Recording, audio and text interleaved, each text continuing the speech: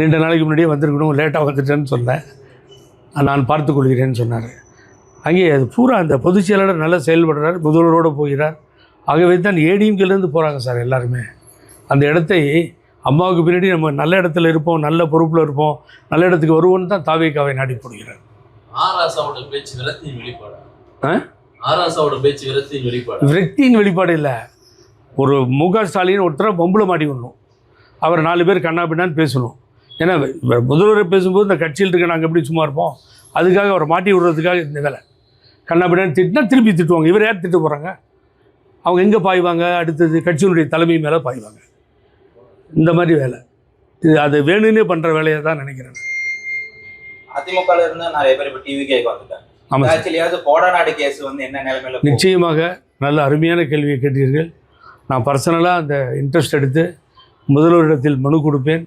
அந்த கட்சியின் பொதுச்செயலாளர் ஆனந்திடத்திலும் சொல்லுவேன், முதல்வர் மாண்புமிகு அமைச்சரிடத்தில் கொடநாடு விரைவில் விசாரிக்கப்படும்.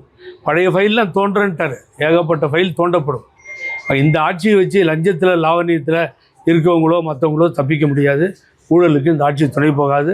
அதனால தான் முதல்வர் சொல்கிறார், எங்கே வேணாலும் போய் பாருங்கள், இப்போ லஞ்சம் கேட்குறதுக்கு பயப்படுறாருன்னு. அப்படி யாராவது லஞ்சம் கேட்டால் எங்கிட்டே கொடுங்க, நானே பாஸ் பண்ணி ஃபார்வேர்டு பண்ணுறேன். இப்போ அதிகாரிகள் அங்கே வாங்காமல் வெளியே தான் வாங்குறாங்க. நான் வந்து பூராவும் 100% இல்லைன்னு சொல்ல மாட்டேன். ஒரு நாளைக்கு ஏமாற்றலாம், 2 நாளைக்கு ஏமாற்றலாம், அப்புறம் மாட்டிக்கிட்டால் ஜெயிலுக்கு தான் போகும். அதிகாரிகள் லஞ்சம் வாங்க வேண்டும் என்று அவர்கள் நினைப்பார்களே ஆனால் தயவு செஞ்சு வெளியில் போயிடலாம். 4 பேரை சஸ்பெண்ட் பண்ணியிருக்காரு புசி ஆனந்த் மினிஸ்டர், மற்றவர்களும் செஞ்சுருக்காங்க. ஆகவே டெண்டர்லேயே காலி 4 பேர். ஆக ஊழல் நடக்கவே நடக்காது.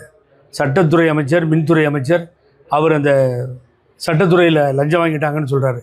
இன்னும் கமிட்டி போடல, ஃபார்ம் பண்ணல, செலெக்ஷன் பண்ணல. செலெக்ஷனுக்கு ஒரு மெத்தட் இருக்குது, இவ்வளோ கேஸ் ஜெயிச்சிருக்கணும்னு இருக்குது, இவ்வளோலாம் இருக்குது அதில். அதுக்கு முன்னாடியே கேஸ் போட்டாச்சு, சட்டத்துறையில் லஞ்சம் வாங்குறாங்கன்னு சில பேர் இப்படி தான் சார் பெணாத்திக்கிட்டே இருக்காங்க.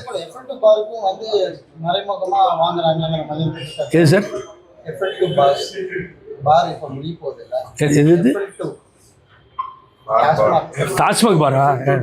டாஸ்மாக் பாரு கொடுங்க, சும்மா தானே இருக்கும், அதையெல்லாம் கொடுங்களேன், நோண்டுவோம், சும்மா இருக்க மாட்டோம், பிடிச்சி உள்ளே போடுவோன்ற வெயில். சார் அரசியல்வாதிகள் மாத்திரம் இல்லை சார், ஆபீசர்ஸும் இருக்கானுங்க.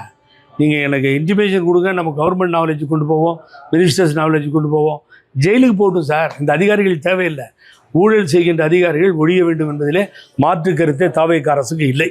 அதை தான் முதல்வர் திரும்ப திரும்ப சொல்கிறார்.